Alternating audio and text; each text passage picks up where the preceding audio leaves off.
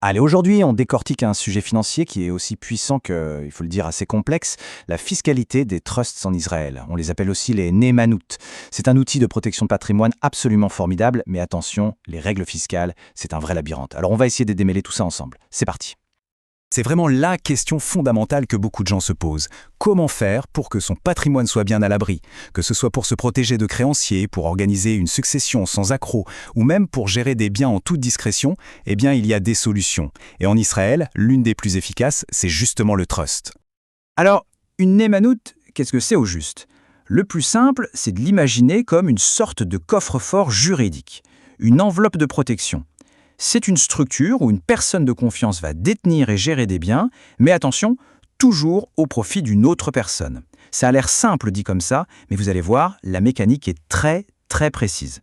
Pour bien comprendre comment fonctionne ce fameux coffre-fort, il faut d'abord connaître les personnages principaux de l'histoire. Il y en a 3. Sans eux, il n'y a tout simplement pas de trust. Alors, qui sont-ils et qui fait quoi? Voyons ça. Prenons un exemple tout simple. Voici Joseph. Il veut mettre de côté une maison pour son fils, mais il craint un peu que son fils ne la gère pas très bien.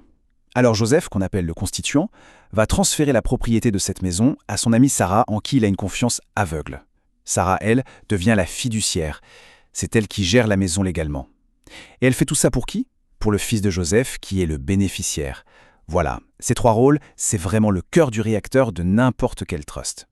Bon, on a nos 3 acteurs.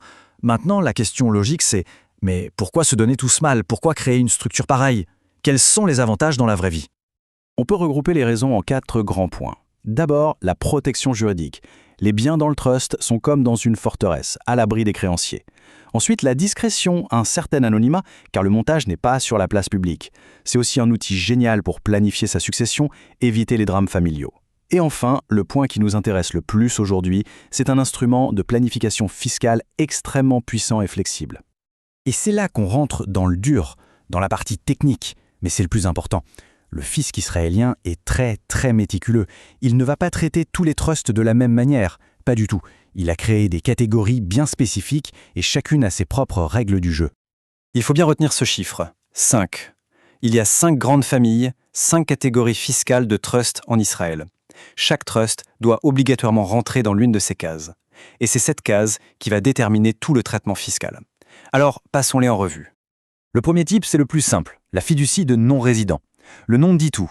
Ici, tout le monde est étranger, la personne qui crée le trust est celle qui en bénéficie. La règle est donc super logique. Tant que les revenus viennent de l'étranger, ils sont totalement exonérés d'impôts en Israël. C'est simple. Bien sûr, si le trust gagne de l'argent en Israël, là, il sera taxé. Le deuxième type, c'est une petite variation. La différence, c'est qu'ici, au moins un des créateurs du trust, le constituant, est résident israélien. Mais, et c'est le point clé, tous les bénéficiaires, eux, sont toujours à l'étranger. Dans ce cas-là, bonne nouvelle, l'avantage fiscal est préservé. Les revenus de source étrangère restent exonérés. La seule petite contrainte en plus, c'est qu'il faut déposer une déclaration chaque année. Alors là, attention, avec le troisième type, on change complètement de dimension. C'est le point de bascule. Dès qu'on a au moins un constituant israélien et au moins un bénéficiaire israélien, eh bien le trust est vu comme 100% israélien par le fisc. La conséquence, elle est énorme. Tous ces revenus, qu'ils viennent de France, des États-Unis, de n'importe où, deviennent imposables en Israël. Le seul avantage, c'est qu'une fois cet impôt payé, les distributions faites aux bénéficiaires, elles, sont nettes de toute taxe. On arrive au cas de figure le plus courant et honnêtement le plus complexe. Imaginez, les parents, les grands-parents qui créent le trust sont à l'étranger. Mais un des enfants ou petits-enfants, le bénéficiaire, vit en Israël. C'est ce bénéficiaire israélien qui va tout changer. Sa simple présence fait que les revenus mondiaux du trust deviennent imposables en Israël. Et pour savoir comment, il faut regarder un détail crucial, le lien de parenté.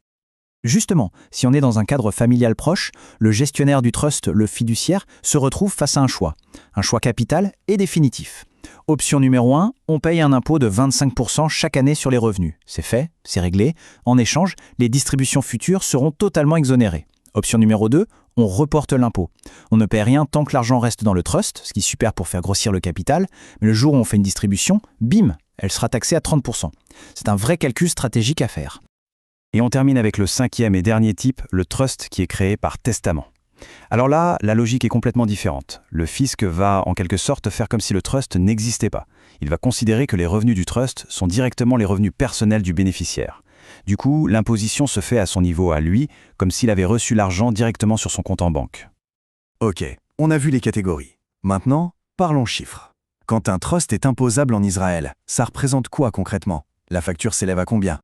Le chiffre choc, le chiffre à retenir, c'est celui-là. 47%. C'est le taux d'imposition marginal le plus élevé pour un individu en Israël. Et c'est le taux qui s'applique par défaut aux revenus d'un trust. C'est juste énorme. Et là, il y a un point absolument crucial à comprendre. Pour une personne normale, l'impôt est progressif. On est peu taxé sur les premiers revenus, puis ça augmente par tranche. Pour un trust, rien de tout ça. Il n'y a pas de tranche. C'est le taux maximum, 47%, qui s'applique dès le tout premier shekel de revenus. La différence est colossale. Bon, bien sûr, ce n'est pas toujours 47%, il y a des nuances. Heureusement. Par exemple, les revenus financiers comme les dividendes, les intérêts, les plus-values, eux, ils bénéficient de taux plus sympas, entre 10 et 30%.